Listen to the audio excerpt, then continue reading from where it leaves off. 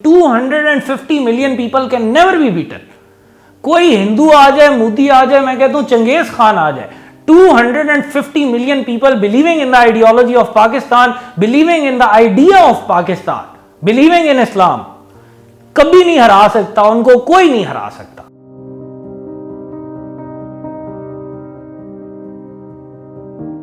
अस्सलाम वालेकुम। बेसिकली मेरा नाम डॉक्टर हसन बुखारी है और I have a very deep interest in history, specially Islamic history, Pakistani history.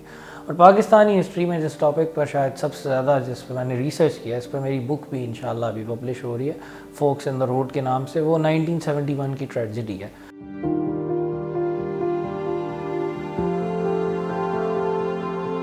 East Pakistan की अगर आप बात करें, ईस्ट पाकिस्तान तीन अतराफ से भारतीय टेरिटरी से सराउंडेड है और उसकी मेन वजह है कि भारत ने बहुत एक्टिवली कैंपेन किया कि आसाम को भी अलहदा किया जाए और बाकी प्रोविंसेस को भी बंगाल वाली उस ईस्ट पाकिस्तान वाले सूबे से अलहदा किया जाए ताकि भारत उसको एनसर्कल कर सके।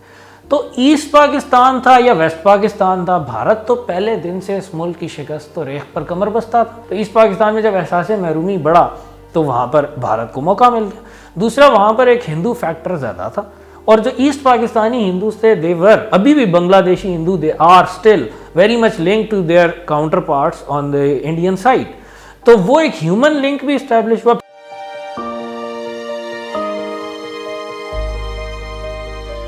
उधर से आवाज आई कि नहीं जी नहीं, बंगाली को आप नेशनल लैंग्वेज बनाएं क्योंकि हम मेजॉरिटी में। और आवाज उठाई किसने? पहली दफा जिस बंदे ने कौमी असेंबली में बात की वो कौन थे? धीरेन्द्र नाथ दत्ता। धीरेन्द्र नाथ दत्ता कांग्रेस के लीडर थे जो ईस्ट पाकिस्तान में आ गए जब मुल्क तकसीम हो गया। अब धीरेन्द्र नाथ दत्ता 1905 से पॉलिटिक्स में थे।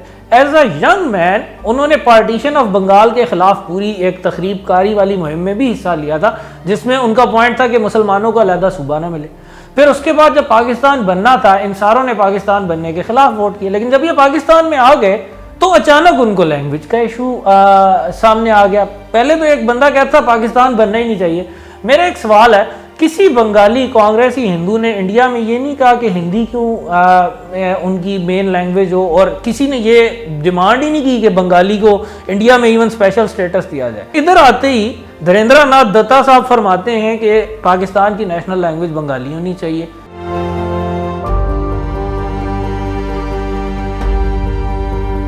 पाकिस्तान के नजरिए के साथ बंगालियों की एक फुल कुली तौर पर बंगाली तंजीम अल बदर के नाम से थी जिसमें thousands of Muslim youth were serving there. उन्होंने बड़ी बहादुरी दिखाई और उन्होंने बड़ी जगह मुकाबला किया। इनकी कुछ आप सिद्दीक सालिक साहब की किताब में आपको मिलेगा जिक्र, और भी किताबों में, लेकिन सबसे अच्छा सोर्स तो मैं आपको रिकमेंड करूंगा, प्रोफेसर सलीम मंसूर खालिद साहब ने एक सोली रिसर्च किया अलबदर के ऊपर और अलबदर के नाम से किताब लिखी और उसमें उन्होंने एक एक इलाके में जहाँ अलबदर के केडर्स थे और उन सब का तज़किरा किया। इन लोगों ने 9 महीने, और सारे बंगाली थे, सिर्फ इसलिए कि पाकिस्तान रिप्रेजेंटेड इस्लाम, और उन्होंने इस वजह से अपनी जान माल सब कुछ दाव पर रखा, अपनी फैमिलीज की भी कुर्बानी दी। उनके द इंसर्जेंट्स वो फिर कलेक्टिव गिल्ट में फैमिली वालों को मर्डर करते थे। सिद्दीक सालिक ने वाकया लिखा है कि अलबदर का एक केडर गया पाक आर्मी के साथ एक मुहिम पर, वापस आया तो उसे पता चला उसके जवान बेटे वो मार गए और उसकी बेटी को अगवा करके ले गए। That happened. और अनफॉर्चुनेटली हमारे यहाँ किसी को नहीं पता कि इन लोगों ने कैसे कैसे इस्लाम और पाकिस्तान की खातिर कुर्बानियां दी। और बंगाली लोग थे सारे, इन लोगों ने सरेंडर नहीं किया। उन्होंने पाकिस्तान की जंग पाकिस्तान खत्म होने के बाद भी लड़ी। और ऐसे ऐसे वाकयात वो सलीम मंसूर खालिद साहब की किताब में लिखे हैं, पढ़ के आपके रोंगटे खड़े हो जाएंगे। लिम टू लिम किसी बंदे को पकड़ के उसके एक एक हाथ काटा का, बोल जाए बंगला, उसने कहा नहीं मैं बोलूंगा पाकिस्तान जिंदाबाद अल्लाह अकबर, क्योंकि वो इसी नजरिए पर लड़ने और शहीद होने आया था।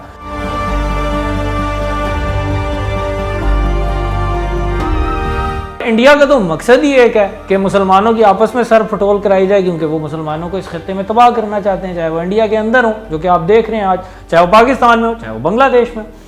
अब इंडिपेंडेंट सोर्स भी बताता हूँ आपको, बंगाली सोर्स भी बताता हूँ, पाकिस्तानी सोर्स नहीं मेंशन करूँगा। शर्मिला बोस की बात कर लेते हैं। शर्मिला बोस को इंडिपेंडेंट सोर्स भी आप कह सकते हैं, बंगाली सोर्स भी कह सकते हैं। क्यों? क्योंकि वो बंगाली हैं, इंडियन बंगाल से ताल्लुक रखती हैं। उनके जो दादा थे सराज चंद्र बोस, वो इंडियन बंगाल के चीफ मिनिस्टर भी रहे और उन्होंने अपनी किताब में खुद लिखा है, ऑक्सफोर्ड की प्रोफेसर है, कि जब मैंने रिसर्च शुरू की तो मुझे तो यही पता था कि पाकिस्तान आर्मी ने बड़ी एट्रॉसिटीज़ की और मैं तो यही रिसर्च करने आई थी, लेकिन जब मैंने रिसर्च की तो मुझे पता चला कि सिचुएशन काफ़ी डिफरेंट है and it was a shock for me कि किस तरह झूठ बोले गए।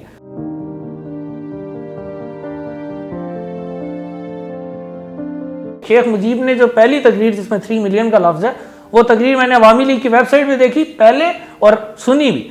3 लाख बोला पहले, फिर एंड में 30 लाख बोल दिया, फिर बाद में कहा मैंने 30 लाख बोल दिया तो बस अब 30 लाख ही चलेगा। That's how it began.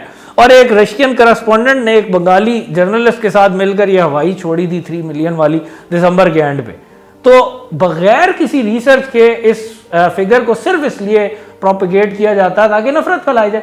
और इवन जो बहुत अच्छी एक इवन हैंडेड किताब है 1971 के ऊपर, रिचर्ड सेसॉन और लियो रोज ने लिखी है, ये ईस्ट पाकिस्तान की सेपरेशन पर, और उसमें उन्होंने इंडियंस का हवाला दिया कि हमने जब इंडियन से पूछा तो 2 इंडियन मिनिस्टर से उन्होंने इंटरव्यू लिया तो उसने कहा 3 लाख टोटल कैजुअलिटी फिगर। तो दूसरे ने ना उसको यूं देखा तो उसने 3 से कहा अच्छा नहीं 5 लाख।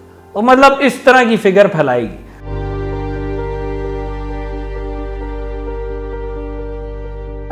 भारत ने तो हर वो कोशिश की है जिसके जरिए वो पाकिस्तान को शिकस्त और रेख्त का शिकार करा सके, अभी भी कर रहा है, पूरी कोशिश कर रहा है। हमारी यूथ इन सारी चीज़ों का मुकाबला उस सूरत में कर सकती है जब हमारी यूथ को मुल्क के फ्यूचर में प्रॉपर स्टेक नज़र आए। वो प्रॉपर स्टेक नज़र आने में यूथ को खुद भी मेहनत करनी चाहिए। मुल्क का नैरेटिव है, मुल्क की आइडियोलॉजी पर चलेगा, मुल्क की आइडियोलॉजी को साथ लेकर चले तो मुल्क का यूथ भी उस आइडियोलॉजी पर आएगा। उन लोगों को मुल्क के पॉलिसी मेकिंग सर्कल्स की क़यादत संभालनी चाहिए जिनको वाकई इस मुल्क से और मुल्क की आइडियोलॉजी से प्यार है। Only they can galvanize the youth into effort। अगर हम अपनी मेहनत करते हैं और अगर हम अपनी आइडियोलॉजी पर चलते हैं with honor, then we can never be beaten। Let me assure you, 250 million people can never be beaten। कोई हिंदू आ जाए, मोदी आ जाए, मैं कहता हूं चंगेज खान आ जाए, 250 million people believing in the ideology of Pakistan, believing in the idea of Pakistan, believing in Islam, कभी नहीं हरा सकता, उनको कोई नहीं हरा सकता। हमारी यूथ के लिए भी मैसेज यही है, जो दूसरे कर रहे हैं उनको आप करने दो, जो गलत कर रहा है उनको आप करने दो।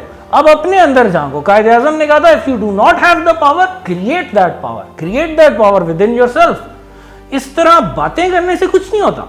आप काम करो, आप नॉलेज हासिल करो, आप एक्टिविज्म में भी चले जाओ। इस मुल्क के लिए फाइट आपने करनी है, हमने करनी है।